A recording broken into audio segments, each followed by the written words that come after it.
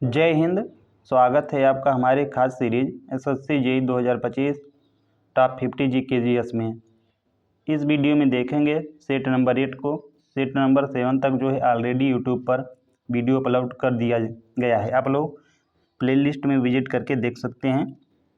ये जो क्वेश्चन आप लोगों को कराया जा रहा है डेली 15 से 20 मिनट के ड्यूरेशन में, आप लोग इसे एग्ज़ाम तक फॉलो करिए। उसके बाद खुद इम्प्रूव आप लोग देख लीजिएगा, क्योंकि जो क्वेश्चन है एग्ज़ाम पैटर्न पर पीवाईक्यू के साथ जो मोस्ट एक्सपेक्टेड क्वेश्चन है वो आप लोगों को करा रहे हैं और ज़्यादा टाइम भी नहीं ले रहे हैं। तो आप लोग डेली 15-20 मिनट आप लोग निकाल कर जो है पूरी वीडियो ज़रूर देखें। अब अगर वीडियो अच्छी लगे तो अपने दोस्तों के साथ शेयर भी कर सकते हैं, इससे मोटिवेशन मिलता है और अच्छी अच्छी वीडियो बनाने का मन करता है।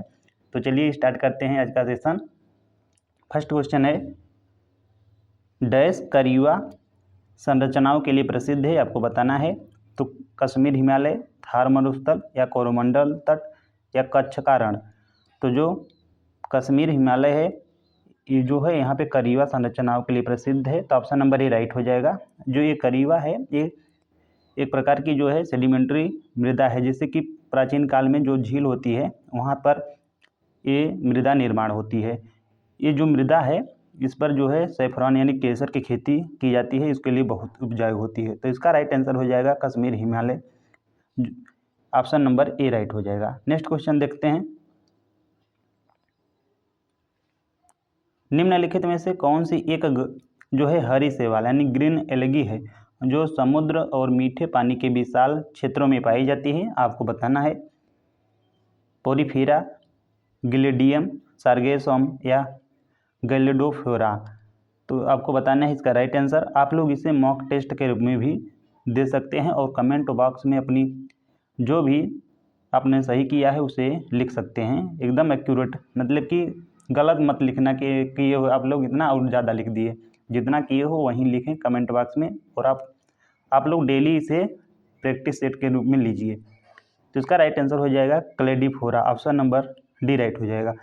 तो ध्यान रखना जो क्लेडिफोरा है एक हरी शैवाल यानी ग्रीन एल्गी है जो समुद्र में और मीठे पानी के विशाल क्षेत्रों में पाई जाती है। तो ऑप्शन नंबर डी करेक्ट हो जाएगा।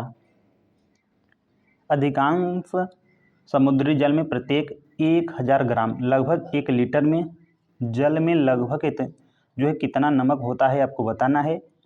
तो लगभग होता है 35 ग्राम। तो ऑप्शन नंबर जो डी है करेक्ट हो जाएगा।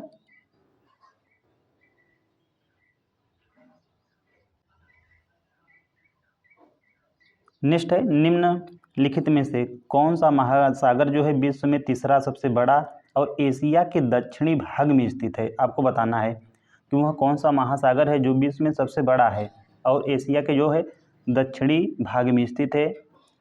तो ये है बंगाल की खाड़ी, हिंद महासागर, साउदर्न ओशन या प्रशांत महासागर। तो इसका राइट आंसर हो जाएगा हिंद महासागर। जो हिंद महासागर है विश्व का तीसरा सबसे बड़ा महासागर है और एशिया के दक्षिण भाग में स्थित है, और जो सबसे बड़ा महासागर है वह है प्रशांत महासागर। तो इसका राइट आंसर हो जाएगा बी। निम्नलिखित में से कौन सा स्थान जो है लिग्नाइट कोयले के उत्पादन के लिए जाना जाता है, आपको बताना है कि वह स्थान जो लिग्नाइट कोयले के लिए जाना जाता है तो जाना जाता है नवेली, ऑप्शन नंबर सी राइट हो जाएगा। हम क्लोरीन और सोडियम से बने यौगिक का रासायनिक सूत्र ClNa के स्थान पर NaCl क्यों लिखते हैं, इसका आपको रीजन बताना है। यह जो है पहले की धातु नाम लिखा जाता है, नियम यह है कि पहले धातु का नाम लिखा जाता है। बी है दोनों सूत्र जो है सही हैं। सी है क्लोरीन हल्का है इसलिए जो है अंत में लिखा जाता है। और डी है क्लोरीन जो है पीले रंग का होता है इसलिए ऐसा लिखा जाता है। तो इसका राइट आंसर हो जाएगा कि नियम यह है कि पहले धातु का नाम लिखा जाता है। तो ऑप्शन नंबर ए राइट हो जाएगा। तो ध्यान रखना है कि जो क्लोरीन और सोडियम से बनी यौगिक का रासायनिक सूत्र होता है वे NaCl इसलिए लिखा जाता है क्योंकि पहले धातु का नाम लिखा जाता है इसलिए, न कि ClNa। तो इसका राइट आंसर हो जाएगा ऑप्शन नंबर ए। 2025 में पद्म विभूषण से सम्मानित न्यायमूर्ति सेवानिवृत्त जगदीश सिंह खेहर किस पद पर कार्य कर चुके हैं, आपको बताना है। तो भारत के मुख्य चुनाव आयुक्त के रूप में, या भारत के मुख्य न्यायाधीश के रूप में, या भारत के नियंत्रण एवं महालेखा परीक्षक के रूप में, या डी है राष्ट्रीय मानवाधिकार आयोग के अध्यक्ष के रूप में। तो करेक्ट आंसर हो जाएगा इसका ऑप्शन नंबर बी, भारत के मुख्य न्यायाधीश के रूप में कार्य कर चुके हैं। नेक्स्ट है, निम्नलिखित में से कौन सा युग्म सही रूप में सुसंगत है, आपको बताना है। तो इसमें लग ही गया है, तो आप लोग ध्यान रखना है। तो cricket option number B right हो जाएगा। क्रिकेट में जो है 11 खिलाड़ी एक टीम में होते हैं, ये आप लोगों को ध्यान रखना है। हॉकी में जबकि 11 होते हैं, 10 नहीं होते हैं। कबड्डी में 7 होते हैं, और जो फुटबॉल है इसमें भी 11 होते हैं। तो इसका राइट आंसर हो जाएगा क्रिकेट से। जंतु जगत का वह कौन सा संघ यानी फाइलम है जिसमें केचुए जैसे खंडित कीट आते हैं, आपको बताना है। तो ये है, क्या पूछ रहा है, जंतु जगत का केचुए जैसे, तो ये है एनिलिडा। ऑप्शन नंबर जो ए है करेक्ट हो जाएगा। तो जंतु जगत का जो वह फाइलम है जिसमें केचुए जैसे खंडित कीट आते हैं उसे एनिलिडा कहते हैं। तो ऑप्शन नंबर ए राइट हो जाएगा। स्वर्ण सिंह समिति जैसे मौलिक कर्तव्यों के बारे में सिफारिशें देने हेतु 1976 में गठित किया गया था, जिसे यह जो है किस प्रधानमंत्री के कार्यालय में बनी थी, ये आपको बताना है। सबसे पहले क्वेश्चन यही बन सकता है कि स्वर्ण समिति जो है किसकी सिफारिश के लिए मतलब कि गठित हुई थी। तो जो मौलिक हमारे कर्तव्य हैं उसके लिए वर्ष 1976 में। तो आपको बताना है कि उस टाइम पर प्रधानमंत्री भारत के कौन थे, मोरारजी देसाई, इंदिरा गांधी, या जयप्रकाश नारायण, या चौधरी चरण सिंह। तो करेक्ट आंसर हो जाएगा option number B, Indira Gandhi. तो इंदिरा गांधी थी। 2025 में पद्म भूषण पाने वाली साध्वी ऋतंभरा का मुख्य कार्य क्षेत्र आपको बताना है क्या है। तो यह है महिला सशक्तिकरण एवं सामाजिक कार्य। तो ऑप्शन नंबर बी करेक्ट हो जाएगा। निम्नलिखित में से कौन से जीव फाइलम प्रोटोजोआ यानी फाइलम प्रोटोजोआ से संबंधित हैं, आपको बताना है। तो ये संबंधित है, अमीबा है बिल्कुल, तो ये नहीं होगा। अमीबा, पैरामीशियम और प्लाज्मोडियम। तो ऑप्शन नंबर जो डी है करेक्ट हो जाएगा। तो अमीबा हुआ, पैरामीशियम हुआ, और जो प्लाज्मोडियम है यह जो है फाइलम जो प्रोटोजोआ है उससे संबंधित है। तो करेक्ट आंसर डी हो जाएगा। माइक्रोसॉफ्ट वर्ड दस्तावेज को प्रिंट करने के लिए किस कीबोर्ड जो शॉर्टकट है का उपयोग किया जाता है। तो किया जाता है Ctrl+P का। तो प्रिंट करने के लिए पी, तो Ctrl+P option number A right हो जाएगा। नेक्स्ट है, भारत की जनगणना 1901 के अनुसार है, ध्यान रखना। उस समय भारत की कुल जनसंख्या कितनी थी, आपको बताना है। तो ये थी 238.40 मिलियन। तो ऑप्शन नंबर ए राइट हो जाएगा। तो भारत की जनगणना 1901 के अनुसार जो भारत की उस टाइम जनसंख्या थी वो थी 238.40 मिलियन यानी 23.84 करोड़। निम्नलिखित में से कौन से संगठन की स्थापना ज्योतिबा फूले ने जातीय समानता के प्रचार हेतु की थी। सत्यशोधक समाज, प्रार्थना समाज, वेदांता समाज, या ब्रह्म समाज। तो करेक्ट आंसर हो जाएगा सत्यशोधक समाज। तो ऑप्शन नंबर ए राइट हो जाएगा। जो सत्यशोधक समाज है इसकी स्थापना जो है ज्योतिबा फूले के द्वारा किया जाता है। नेक्स्ट है, गैस के अणुओं के बीच आकर्षण बहुत कम होता है। तो गैस की इस विशेषता से हमें कौन सा लाभ मिलता है, आपको बताना है। गैस को संपीड़ित कर छोटे छोटे जो है सिलेंडरों में संग्रहित किया जा सकता है। तो करेक्ट आंसर तो यही हो जाएगा। चलिए हम लोग, यह आसानी से जलती है या एक स्थान से दूसरे स्थान पर नहीं जाती है, तो बिल्कुल जाती है। अपना आकार आसानी से नहीं बदलती है, तो बदलती है। तो ऑप्शन नंबर जो ए है यही राइट हो जाएगा कि गैस के अणुओं के बीच जो आकर्षण बल बहुत कम होता है, इसके कारण जो है गैस को संपीड़ित करके छोटे छोटे जो सिलेंडरों में संग्रहित किया जाता है, जैसे कि एलपीजी गैस। भारत की जनगणना 2011 के अनुसार भारत में साक्षरता दर के मामले में जो है दूसरा सबसे कम दर वाला राज्य कौन सा है। असम है, अरुणाचल प्रदेश है, या मणिपुर, या त्रिपुरा है। तीसरी पूछा है दूसरा, ये ध्यान रखना है। फर्स्ट तो बिहार है, सभी लोग जानते होंगे। जो दूसरा है वो है Arunachal Pradesh. Option number B correct हो जाएगा। इसकी जो साक्षरता दर है अप्रॉक्सीमेट 65.38% है, और बिहार की जो है 61.8% है। ये 2011 की जनगणना के अनुसार है।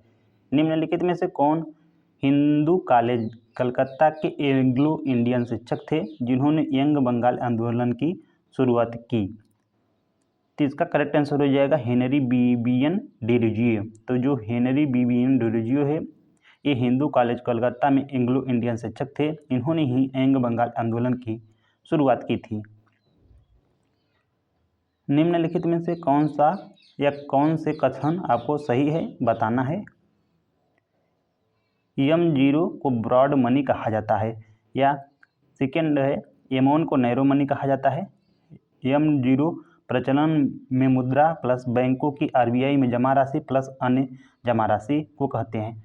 तो करेक्ट आंसर हो जाएगा जो M1 को नैरो मनी कहते हैं, तो बिल्कुल कहते हैं, और जो M0 है प्रचलन मुद्रा बैंकों की RBI में जमा राशि और अन्य जमा राशि कहते हैं। तो 1 और 2 बिल्कुल सही हो जाएगा, जबकि इसको ब्रॉड मनी नहीं कहते हैं, इसको बेस मनी कहते हैं। तो ऑप्शन नंबर सी करेक्ट हो जाएगा। इसका डिटेल लेके आ गए हैं आप लोगों को, तो ध्यान रखना है जो MO है या M0 रिजर्व मनी या बेस मनी या हाई पाउंड मनी कहते हैं, ये आप लोगों को ध्यान रखना है। पूछ सकता है इस बार या कभी भी पूछ सकता है, क्योंकि इससे रिलेटेड आया है। तो ध्यान रखना है जो M0 इसे रिजर्व मनी, बेस मनी या हाई पावर्ड मनी कहते हैं। इसे जो है currency in circulation plus bankers deposit with RBI plus other deposit with RBI के साथ, यह जो अर्थव्यवस्था में मौलिक मनी बेस है जिसमें बाकी मनी की सप्लाई निकलती है। जो सेकेंड है वो है M1, इसे जो है नैरो मनी कहते हैं। जो M1 है यह currency with the public plus demand deposit with the banking system plus other deposit with RBI के साथ है। यह जो है केवल तुरंत खर्च करने के योग्य धन को दर्शाता है। जो M1 है, यह तुरंत खर्च करने योग्य जो धन है उसको दर्शाता है। देख लेते हैं M2। तो जो M2 है M1 जो ऑलरेडी है plus post office saving deposit को दर्शाता है। जो M3 है इसे ब्रॉड मनी कहते हैं। तो ध्यान रखना है M1 को ब्रॉड मनी नहीं कहते हैं, क्योंकि क्वेश्चन में M1 जो M0 था, क्योंकि देख लेते हैं,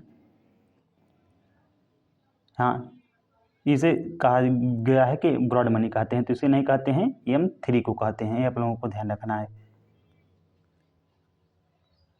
तो जो ध्यान रखना है कि जो M3 है उसे ब्रॉड मनी कहते हैं। M3 में M1 plus time deposit with the banking system आते हैं, इसे जो है ब्रॉड मनी कहते हैं। तो आई थिंक आप लोगों को समझ आया होगा। क्वेश्चन जो है इंपॉर्टेंट है। चलिए नेक्स्ट का देख लेते हैं। अभी है M4। ध्यान रखना है जो M4 है M3 plus total post office deposit शामिल होता है इसमें। नेक्स्ट है हमारी पित्ताशय यानी जो गॉल ब्लैडर है, इसमें कौन सा रस निकलता है जो पाचन के वसा के पाचन में सहायक होता है? आपको बताना है कि जो हमारी गॉल ब्लैडर है इसमें एक रस निकलता है जो फैट के पाचन में सहायक होता है। सलाइवा यानी लार, एस्टिक एसिड, पित्तरस यानी बाइल या म्यूकस। तो करेक्ट आंसर हो जाएगा पित्तरस यानी बाइल। तो जो हमारे गॉल ब्लैडर है यहाँ से बाइल निकलता है। बाइल जो है फैट के पाचन में सहायक करता है। तो ऑप्शन नंबर सी करेक्ट हो जाएगा। नेक्स्ट है रोहित बीच में खड़ा है, एक तरफ उसकी पत्नी मोनिशा उसे जो है 100 न्यूटन पूर्व की ओर जो है 100 न्यूटन की ओर फोर्स से खींच रही है, जबकि उसकी माँ उसे जो है 150 न्यूटन पश्चिम की ओर खींच रही है। तो यहाँ पर मान लीजिए रोहित है तो उसकी माँ जो है 150 न्यूटन से पश्चिम की ओर खींच रही है। अंत में साहिल पर कुल बल कितना होगा, वह किस दिशा में होगा, आपको बताना है। तो 150 है और सही है, तो दोनों जो है विपरीत दिशा में है इसलिए घट जाएगा। तो 150 में जब आप लोग 100 घटा 150, तो पश्चिम, तो पश्चिम में कौन खड़ी है? उसकी माँ। तो उसकी माँ का नाम है माया, तो माया की ओर होगा। तो 50 न्यूटन माया की ओर। तो ऑप्शन नंबर जो सी है करेक्ट हो जाएगा। नेक्स्ट है 2025 में सेबी के नए अध्यक्ष के रूप में किसने कार्यभार संभाला है? ये आपको बताना है। अजय सेठ या तुहिन कांत पांडे या राजीव आनंद या शक्तिकांत दास। तो करेक्ट आंसर हो जाएगा तुहिन कांत पांडे। तो तुहिन कांत जो पांडे है इन्होंने ही 2025 में सेबी का जो है कार्यभार के रूप में अध्यक्ष के रूप में कार्यभार संभाला है। तो ऑप्शन नंबर बी करेक्ट हो जाएगा। सेबी की स्थापना कब होती है? तो 92 में होती है। इसका मुख्यालय जो है मुंबई में है। निम्नलिखित में से कौन सा कथन सही है आपको बताना है। तो फर्स्ट है, ये है न्यूट्रॉन का कोई विद्युत आवेश नहीं होता है। तो बिल्कुल यही करेक्ट हो जाएगा कि न्यूट्रॉन का कोई विद्युत आवेश नहीं होता। बी क्या है, परमाणु का केंद्र केवल प्रोटॉन से बना होता है। नहीं, प्रोटॉन से नहीं, प्रोटॉन प्लस न्यूट्रॉन से बना होता है। परमाणु का केंद्र केवल न्यूट्रॉन से, ते भी नहीं। परमाणु का केंद्र केवल इलेक्ट्रॉन से बना होता है, ते भी नहीं। तो करेक्ट आंसर इसमें पूछा था, तो ऑप्शन नंबर ए राइट हो जाएगा। नेक्स्ट है, ओलिफिएंट। जो ओलिफिएंट गैस है निम्नलिखित में से किस कार्यात्मक समूह से संबंधित है। तो ये संबंधित है एल्कीनी से। ऑप्शन नंबर बी करेक्ट हो जाएगा। 2025 में vice chief of army staff के रूप में किसे नियुक्त किया गया है। तो किया गया है लेफ्टिनेंट जो जनरल हैं Pushpendra Pal Singh. Option number B right हो जाएगा। तो ध्यान रखना है, पुष्पेंद्र पाल सिंह को 2025 में vice chief of army staff के रूप में नियुक्त किया गया है। भारत में मंगलयान मिशन का प्रक्षेपण किस वर्ष हुआ था आपको बताना है। तो हुआ था 2013 में। करेक्ट आंसर हो जाएगा ऑप्शन नंबर बी। ध्यान रखना है कि जो भारत है यह मंगल के ऑर्बिट में पहुंचने वाला प्रथम जो है एशियाई कंट्री है। नेक्स्ट है, ब्लू रिवोल्यूशन का संबंध आपको बताना है किससे है। मत्स्य पालन से, डेयरी विकास से, हरित क्रांति से या जल संरक्षण से। तो जो ब्लू रिवोल्यूशन है या नीली क्रांति है यह जो है मत्स्य पालन से संबंधित है। तो ऑप्शन नंबर ए राइट हो जाएगा। नेक्स्ट है, राष्ट्रीय जैव प्रौद्योगिकी विकास रणनीति जो 2015 से 2020 तक थी, इसका उद्देश्य आपको बताना है कि क्या रहा है। जैव ईंधन उत्पादन बढ़ाना या भारत को जैव प्रौद्योगिकी में वैश्विक नेता बनाना या जैविक खेती को बढ़ाना। तो करेक्ट आंसर हो जाएगा ऑप्शन नंबर बी, भारत को जो है जैव प्रौद्योगिकी में वैश्विक नेता बनाना। तो राष्ट्रीय जो जैव प्रौद्योगिकी विकास रणनीति 2015 से 2020 तक थी, इसका मुख्य उद्देश्य था भारत को जैव प्रौद्योगिकी में विश्व नेता बनाना। तो ऑप्शन नंबर बी राइट हो जाएगा। नेक्स्ट है, फॉरेस्ट लाइट एक्ट जो 2006 में आया था। आपको बताना है कि इसका उद्देश्य क्या है। तो इसका जो उद्देश्य है यह है कि आदिवासियों को जो अधिकारों को मान्यता देना। तो करेक्ट आंसर जो हो जाएगा बी। सार्क का मुख्यालय आपको बताना है। सार्क का जो मुख्यालय है ये काठमांडू में है। काठमांडू जो है यह जो है नेपाल की राजधानी है। इसकी जो स्थापना होती है 1985 में होती है। गोल्डन क्वाड्रिलेटरल जो परियोजना है इसका उद्देश्य आपको बताना है। तो भारत में 4 प्रमुख बंदरगाह को जोड़ना है या 4 महानगरों को सड़क मार्ग से जोड़ना है या 4 प्रमुख नदियों को जोड़ना है या सोने का व्यापार को बढ़ावा देना है। तो करेक्ट आंसर हो जाएगा 4 महानगरों को सड़क मार्ग से जोड़ना है। तो करेक्ट आंसर भी हो जाएगा। कौन कौन से, दिल्ली हो गया, मुंबई हो गया, चेन्नई और कोलकाता को। नेक्स्ट है, नंदन वन योजना किस राज्य में चलाई गई आपको बताना है। तो ये चलाई गई है छत्तीसगढ़ में। Correct answer option number A हो जाएगा। भारत में पंचायती राज की सिफारिश किस समिति ने की थी। बलवंत राय मेहता, अशोक मेहता, LM सिमवी समिति या गॉडगिल समिति। तो ये जो सिफारिश की थी बलवंत राय मेहता समिति। ऑप्शन नंबर ए करेक्ट हो जाएगा। ये जो बलवंत राय मेहता समिति है 1957 में आई थी और ये त्रिस्तरीय समिति है। तो ऑप्शन नंबर ए राइट हो जाएगा। नेक्स्ट है, अमृत योजना का संबंध आपको बताना है। शहरी विकास है, ग्रामीण शिक्षा या स्वच्छ पेयजल या महिला सशक्तिकरण। तो करेक्ट आंसर हो जाएगा ऑप्शन नंबर ए शहरी विकास। नेक्स्ट है, जल जीवन मिशन का लक्ष्य क्या है।